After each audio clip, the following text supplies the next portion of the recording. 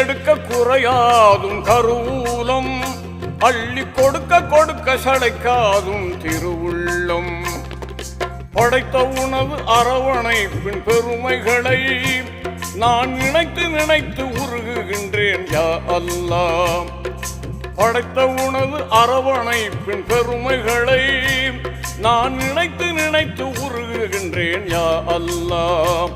உன் அருளுக்கோர் அளவில்லை, அன்புக்கோர் நிகரில்லை.